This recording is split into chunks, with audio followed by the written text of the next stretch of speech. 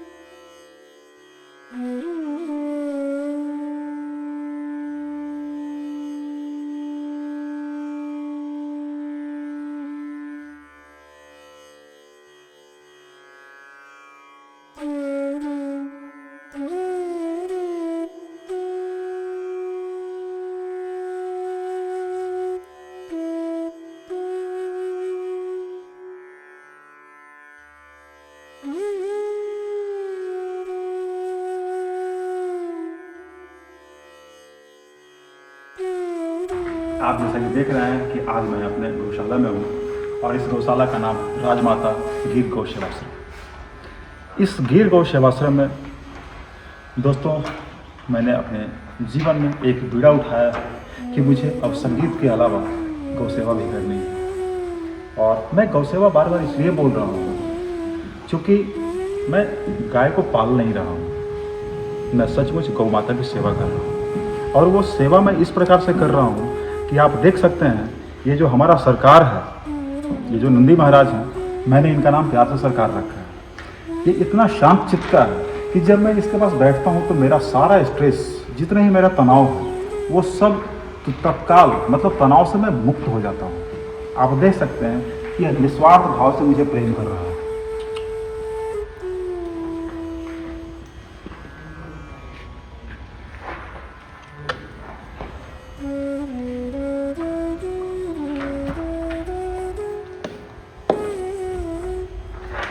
दोस्तों मेरे गौशाला का यह नंदी है, यह काफ़ी शांत चित्त वाला नंदी है। मैंने प्यार से इसका नाम सरकार रखा है।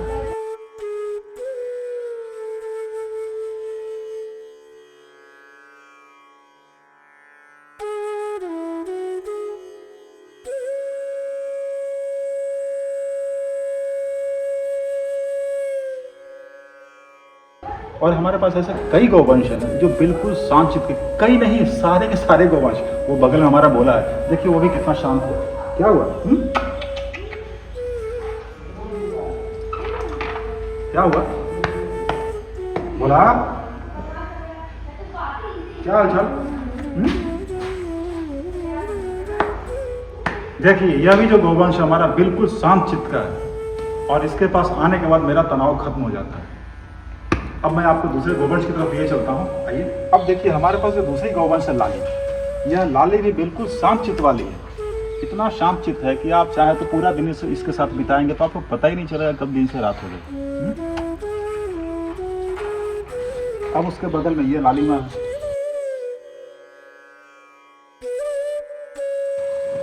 उन गौवंश में बहुत सारे गौवंश आप देख रहे हैं। एक इधर हमारी राजमाता है जिसके नाम पे हमने गौशाला का नाम रखा है, ये हमारी राजमाता है। उसके बगल में हमारी कामधेनु है, उसके बगल में मधुमती है। बहुत सारे गाय गौवंश हैं। दोस्तों मैं गौपालन की बार बार बात इसलिए करता हूँ क्योंकि आप देख सकते हैं कि कोई भी गाय हमारे यहाँ खूंटे से बंधी हुई नहीं है। यदि मैं इस गाय को खूंटे से बांध दूँ तो इसकी जो दुग्ध उत्पादन क्षमता है वो कम हो जाएगी, दुग्ध में वो अमृत तत्व नहीं रहेंगे, मैं जिसकी बात करता हूँ। और इसके अलावा मैं इनके लिए चारा प्रबंधन करता हूँ, जो इनको मैं खिलाता हूँ। आइए मैं उसको दिखाता हूँ। उस चारा को उगाने के लिए मैं 24 घंटे मक्का को पानी में डालता हूँ ताकि इसमें जो भी केमिकल का असर है वो असर 24 घंटे के अंदर पूरी तरह नष्ट हो जाए। नष्ट होने के बाद जब 24 घंटा होता है तो इसको हम लोग धो करके पानी से निकालते हैं। उसके बाद जैसा कि आप यहाँ देख सकते हैं, इसको हम लोग अंकुरित होने के लिए एक छोटे से जूट के बोरा के नीचे रखते हैं।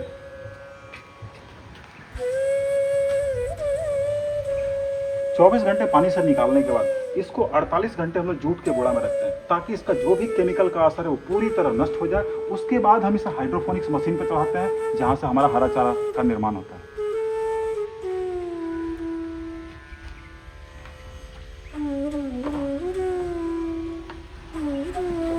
दोस्तों, बार बार मैं गौपालन के अलावा मैं गौसेवा की बात करता हूँ। मैं गौसेवा की बात इसलिए करता हूँ कि मैं जो गौ माता को चारा खिलाता हूँ यह चारा मेरे द्वारा उपजाया हुआ है, मेरे द्वारा उगाया हुआ यह हरा चारा है। इस हरा चारा की खासियत यह है कि इस हरा चारा में हमने कोई केमिकल, पेस्टिसाइड, यूरिया कुछ भी नहीं डाला है। जब यह गौ माता खाती है तो बिल्कुल दुग्ध का उत्पादन वह होगा जिसमें कोई भी केमिकल वगैरह कुछ भी नहीं हुआ, एकदम एक्यूरेट दूध होगा।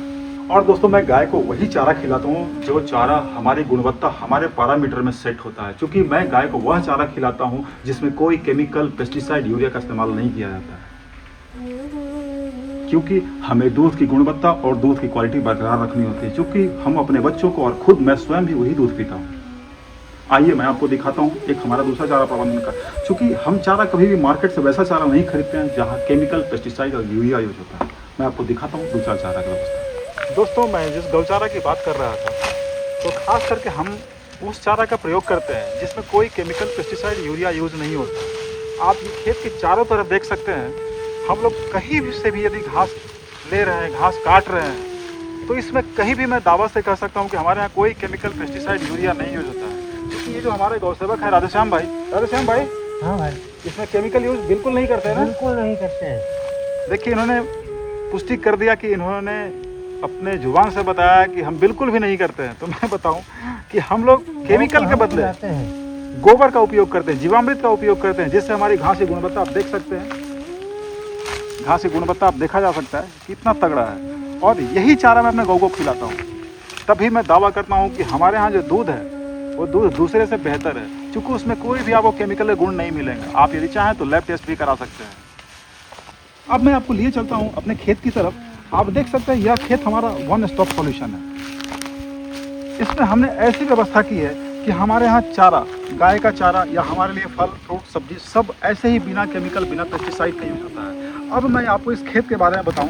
इस खेत का जो पूरे कंपाउंड है, कंपाउंड का नाम है श्री प्रेम सुनैना कृषि पर्यटन केंद्र। इस कृषि पर्यटन केंद्र के अंदर ही एक इकाई है राजमाता गिर गौ सेवाश्रम।